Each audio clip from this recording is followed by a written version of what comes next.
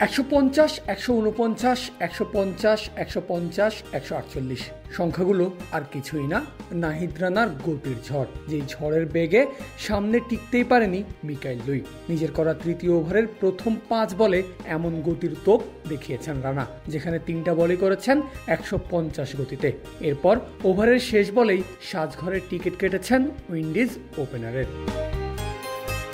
Of স্ট্যাম্পের বাইরে ডেলিভারিতে ড্রাইভ করেছিলেন লুই, তবে ততটা ফুল লেন্থে ছিল না ওই বলটা। ফলে ব্যাটারের কানায় লেগে জমা পড়ে লিটন দাসের বিশ্বস্ত গ্লাভসে।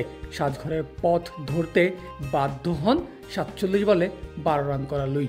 মজার ব্যাপার হলো, উইকেট পাওয়া ওই বলটাই ছিল ওই ওভারে রানার সবচেয়ে ধীর গতির করা বল।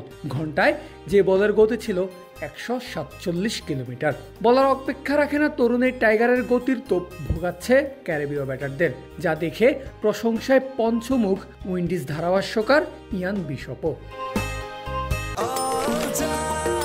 নিশ্চিন্তে খান স্বাস্থ্যকর অল টাইম পান, অল টাইম হেলদি লাইফ।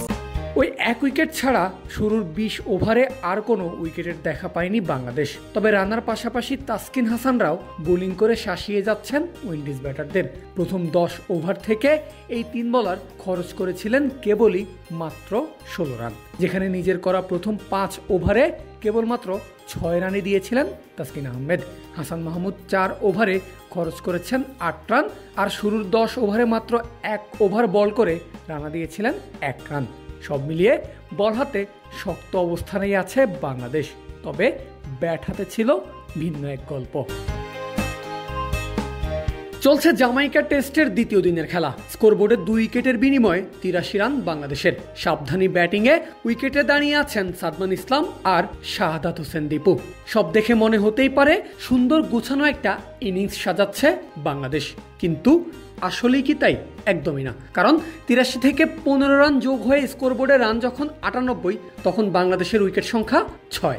অর্থাৎ সাজানো ইনিংস কিংবা ঘর ভেঙেছে তাসের ঘরের মতো। শর্ট বলে কট বিহাইন্ড জাকের আউটসাইড অফের বলে স্লিপে ধরা লিটন দাস। 2 দিনে একাধিক জীবন পাওয়া সাদমানও সেই কট বিহাইন্ড। দীপুত হয়েছেন ক্লিন বোল্ড। মোট কথা, প্রথম টেস্টে হারের পর দ্বিতীয় টেস্টের প্রথম ইনিংসেও দুর্দশা কাটছেই না বাংলাদেশের। দিনের প্রথম উইকেটটা শাহাদাত হোসেন দীপুর। শামার জোসেফের লেন্থ বলে ডিফেন্স করতে চেয়েছিলেন এই ব্যাটার, কিন্তু হয়েছেন ব্যর্থ।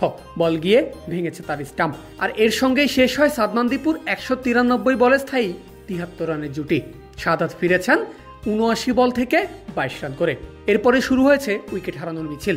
দিনের দ্বিতীয় সাজঘরে ফেরা ব্যাটার লিটন দাস জেডন সিলসের বলে পায়ের সঠিক ব্যবহার করতে পারেননি, যার ফলে ব্যাটেও বল আনতে পারেননি ঠিকঠাক। স্লিপে ক্যাচ দিয়ে ফিরেছেন 6 বলে 1 রান করে।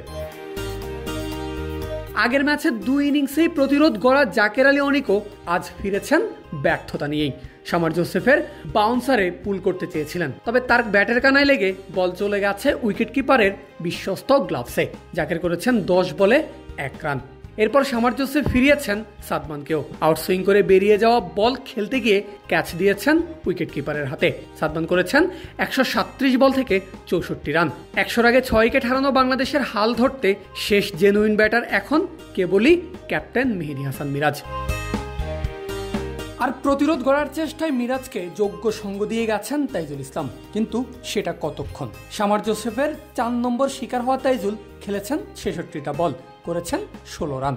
তার বিদায় ভেঙেছে মেহেদী তাইজুলের 49 রানের পার্টনারশিপ।